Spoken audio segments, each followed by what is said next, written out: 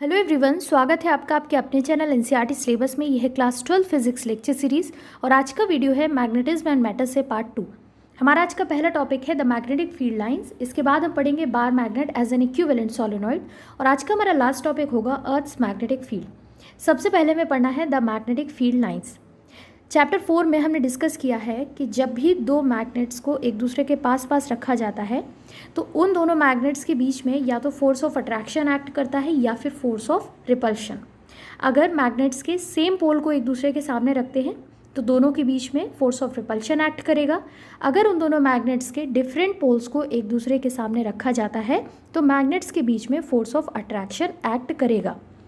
इस तरह का फोर्स जिसमें दो ऑब्जेक्ट्स एक दूसरे पर बिना कांटेक्ट किए हुए फोर्स अप्लाई कर सकते हैं उसे हम क्या कहते हैं? Non contact force. Electricity chapter में हमने पढ़ा है कि दो इलेक्ट्रिक चार्जेस एक दूसरे पर फोर्स अप्लाई कर सकते हैं और वहाँ पर भी जो हमने फोर्स पढ़ा है इलेक्ट्रिक फोर्स, वो भी कैसा फोर्स होता है? Non contact force. Non contact force के लिए फील्ड इम्पॉर्टेंट होती है, जैसे कि इलेक्ट्रिक फोर्स भी एक नॉन कांटेक्ट फोर्स है जिसके लिए इलेक्ट्रिक फील्ड का इम्पॉर्टेंट रोल होता है। दो चार्जेस के बीच में किस तरीके से फोर्स एक्ट कर रहा है या फिर कैसे उन दोनों चार्जेस के बीच में फील्ड एग्जिस्ट करती है, उसका पिक्टोरियल रिप्रेजेंटेशन किसकी हेल्प से किया गया था? इलेक्ट्रिक फील्ड लाइंस की हेल्प से। अगर हम मैग्नेटिज्म की बात करें तो मैग्नेटिज्म में दो मैग्नेट्स के बीच में किस तरह से फोर्स एक्ट करता है उसके लिए कौन सी फील्ड रिस्पॉन्सिबल होगी? Magnetic field. और मैग्नेटिक फील्ड का जब पिक्टोरियल रिप्रेजेंटेशन किया जाता है तो उसे हम क्या बोलते हैं? Magnetic field lines. Magnetic field lines जब ड्रॉ की जाती हैं तो उनकी कुछ प्रॉपर्टीज़ ध्यान में रख के उन्हें ड्रॉ किया जाता है।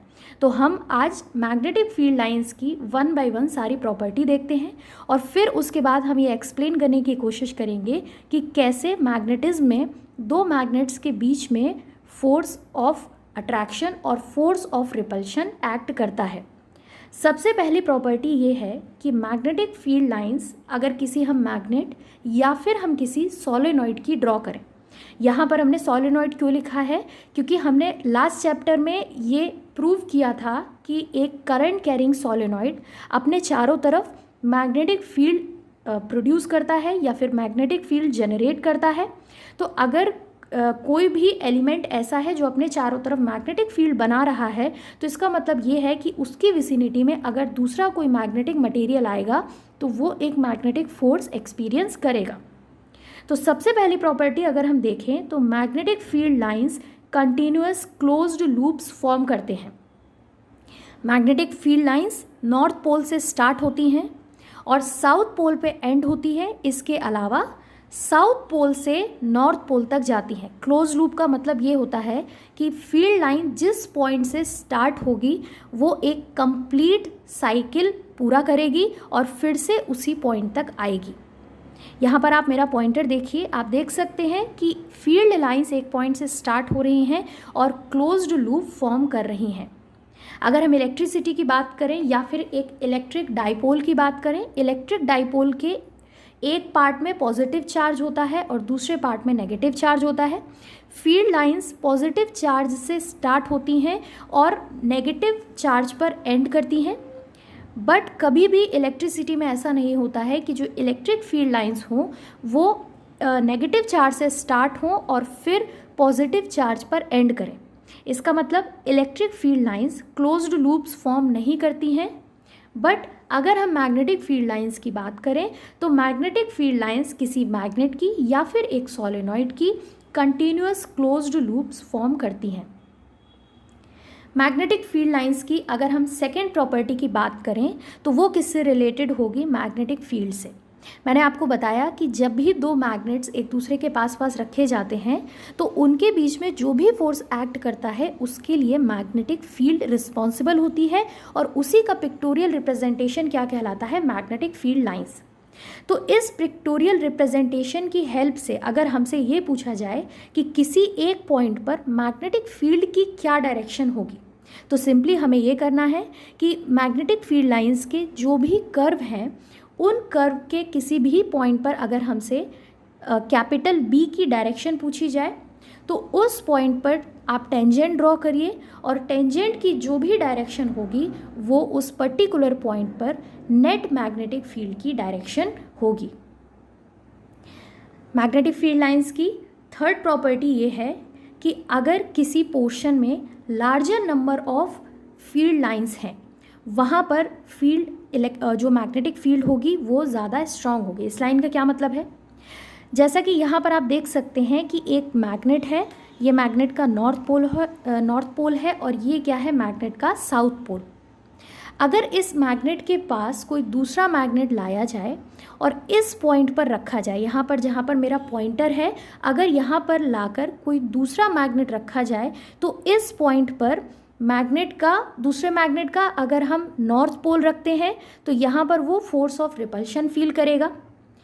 इधर पर जो फोर्स ऑफ रिपल्शन होगा उसकी वैल्यू ज़्यादा होगी एज़ कंपेयर टू अगर हम उसी सेम दूसरे मैग्नेट को इस पॉइंट पर रखें, यानी कि फर्स्ट मैग्नेट से थोड़ा दूर रखें।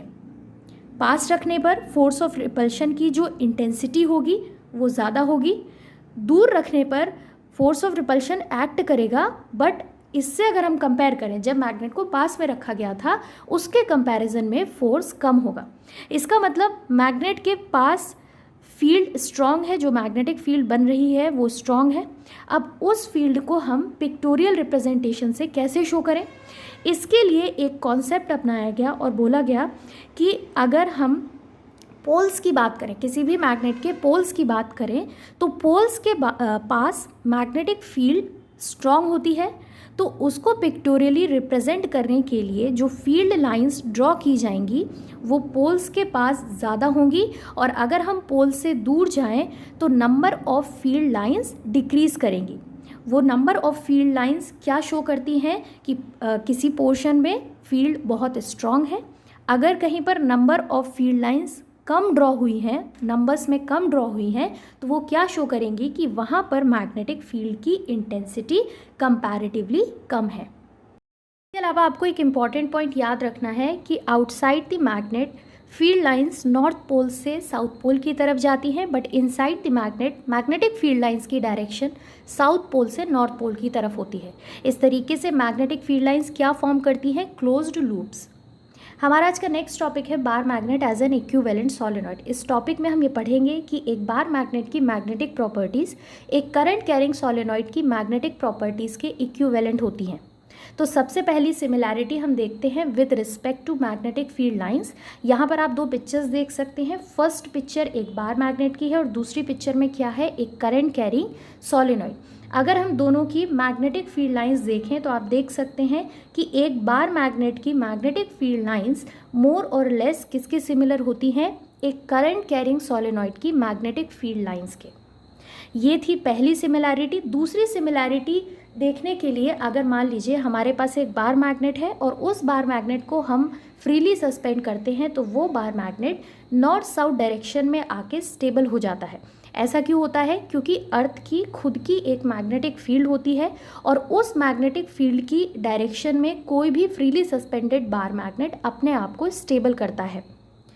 बार मैग्नेट की जगह अगर हम एक करंट कैरिंग सोलेनॉइड के साथ सेम एक्सपेरिमेंट करें, उस सोलेनॉइड को भी हम फ्रीली सस्पेंड करें, तो हम देखते हैं कि सोलेनॉइड भी नॉर्थ साउथ डायरेक्शन में आकर खुद को स्टेबल कर लेता है। अगर हमारे पास दो बार मैग्नेट्स हैं और उन दोनों बार मैग्नेट्स के अगर हम डिफरेंट पोल्स को एक दूसरे के पास रखेंगे तो वो एक दूसरे को क्या करेंगे, अट्रैक्ट करेंगे। बार मैग्नेट की जगह अगर हम दो सोलेनॉइड्स के डिफरेंट पोल्स को एक दूसरे के सामने रखें तो उन दोनों के बीच में भी क्या होता है, म्यूचुअल अट्रैक्शन। इसी तरीके से अगर हम सोलेनॉइड के सेम पोल्स को एक दूसरे के सामने रखें तो दोनों सोलेनॉइड्स के बीच में क्या होगा, रिपल्शन। थर्ड पॉइंट देखिए, अगर मान लीजिए हमारे पास एक बार मैग्नेट है और दूसरी तरफ हमारे पास क्या है, एक सोलेनॉइड। अब हम क्या करेंगे, बार मैग्नेट के पास एक कंपास नीडल ले जाएंगे। कंपास नीडल भी एक मैग्नेटिक नीडल होती है जिसके दो पोल्स होते हैं, नॉर्थ एंड साउथ पोल। जैसे ही हम उस कंपास नीडल को बार मैग्नेट के पास ले जाएंगे, उस कंपास नीडल में कुछ डिफ्लेक्शन होगा। डिफ्लेक्शन क्यों होगा, क्योंकि बार मैग्नेट की वजह से वो कंपास नीडल कुछ फोर्स एक्सपीरियंस करेगी और उस फोर्स की वजह से वो डिफ्लेक्ट करेगी। सेम चीज़ हम किसके साथ करेंगे, एक सोलेनॉइड के साथ। एक करंट कैरिंग सोलेनॉइड के पास अगर हम कंपास नीडल ले जाएंगे तो जैसा डिफ्लेक्शन एक बार मैग्नेट के पास उसे रखने पर हो रहा था, सेम डिफ्लेक्शन जब हम उस कंपास नीडल को सोलेनॉइड के पास रखते हैं वैसा ही डिफ्लेक्शन होता है। तो इन पॉइंट से हम ये कह सकते हैं कि हमारे पास अगर एक बार मैग्नेट है और दूसरी तरफ अगर हमारे पास एक करंट कैरिंग सोलेनॉइड है तो दोनों की जो मैग्नेटिक प्रॉपर्टीज़ होंगी वो मोर और लेस सिमिलर होंगी।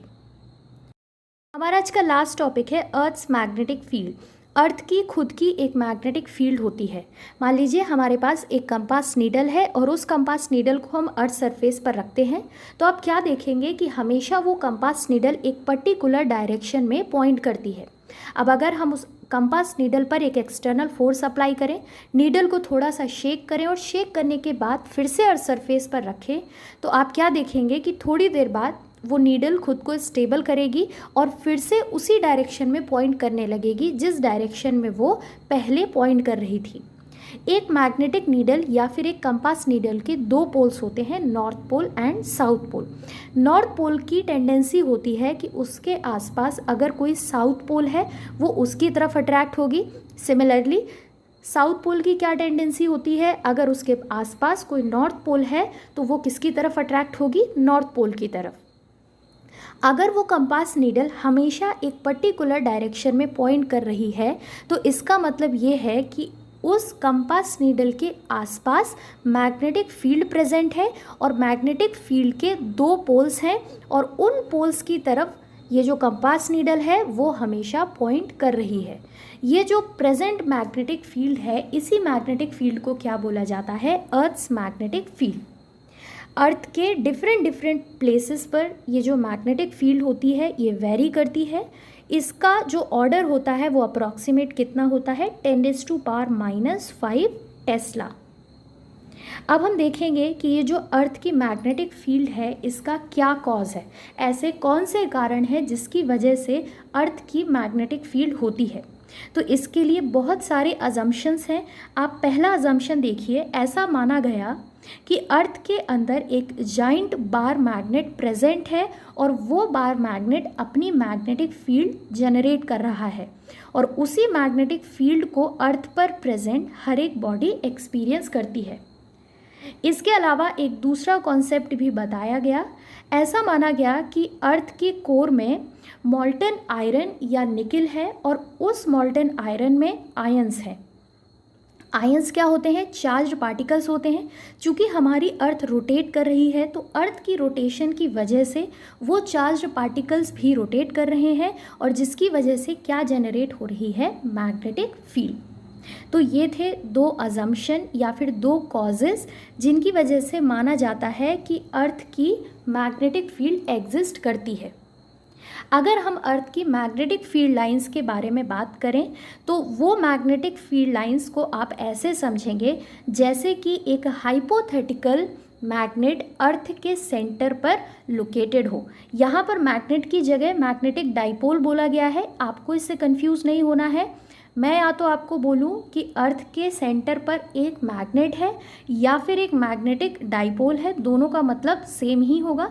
डाइपोल मतलब कि उसके कितने पोल होंगे, दो pole, that is north pole and south pole. और अगर हम सिंपली बोलते हैं कि हमें क्या अज्यूम करना है, अर्थ के अंदर एक हाइपोथेटिकल मैग्नेट है, उस मैग्नेट के भी क्या होंगे, दो poles, that is north pole and south pole. अगर हम ज्योग्राफिकली बात करें तो अर्थ के दो पोल होते हैं, geographic north pole and geographic south pole. अभी हमने डिस्कस किया कि अर्थ की खुद की एक मैग्नेटिक फील्ड होती है और उसकी फील्ड लाइंस की स्टडी के लिए हमें क्या अज्यूम करना है, अर्थ के कोर में एक हाइपोथेटिकल मैग्नेट। अब अगर मैग्नेट है तो उसके पोल्स भी होंगे। तो अर्थ के मैग्नेटिक नॉर्थ पोल और मैग्नेटिक साउथ पोल की पोजीशन फाइंड करने के लिए अर्थ के सरफेस पर एक बार मैग्नेट को फ्रीली सस्पेंड किया गया और वो बार मैग्नेट हमेशा एक पर्टिकुलर पोजीशन में आकर खुद को स्टेबल करता है। जब उस पोजीशन को ट्रेस किया गया तो उससे क्या फाइंड किया गया, अर्थ के मैग्नेटिक नॉर्थ पोल और मैग्नेटिक साउथ पोल की पोजीशन। यहाँ पर आप फिगर में देख सकते हैं अर्थ का जो मैग्नेटिक नॉर्थ पोल होता है वो ज्योग्राफिक नॉर्थ पोल से थोड़ा एंगल बनाता है, यानी कि अर्थ का ज्योग्राफिक नॉर्थ पोल और मैग्नेटिक नॉर्थ पोल सेम नहीं होते हैं। सिमिलरली अर्थ का जो ज्योग्राफिक साउथ पोल है और मैग्नेटिक साउथ पोल है, इन दोनों के बीच में भी एक एंगल एग्जिस्ट करता है। यहाँ पर आप अर्थ की मैग्नेटिक फील्ड देख सकते हैं।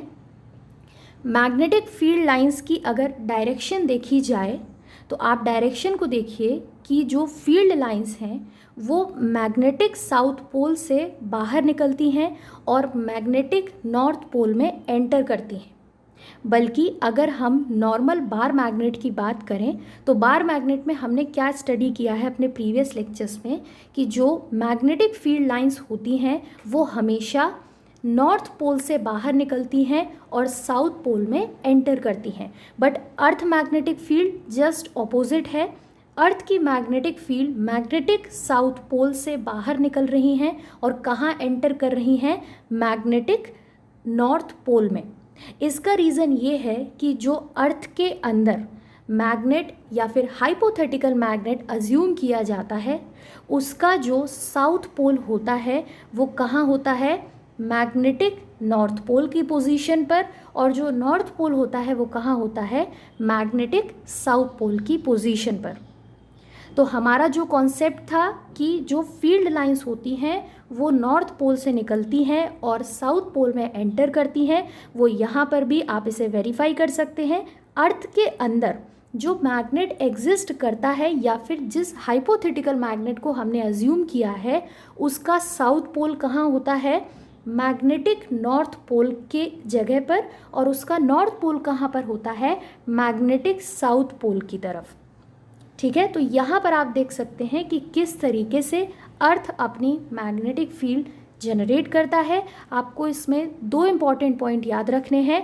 पहला इम्पॉर्टेंट पॉइंट कि ज्योग्राफिक नॉर्थ पोल की पोजीशन मैग्नेटिक नॉर्थ पोल की पोजीशन से डिफरेंट होती है। सिमिलरली मैग्नेटिक साउथ पोल की पोजीशन ज्योग्राफिक साउथ पोल से डिफरेंट होती है।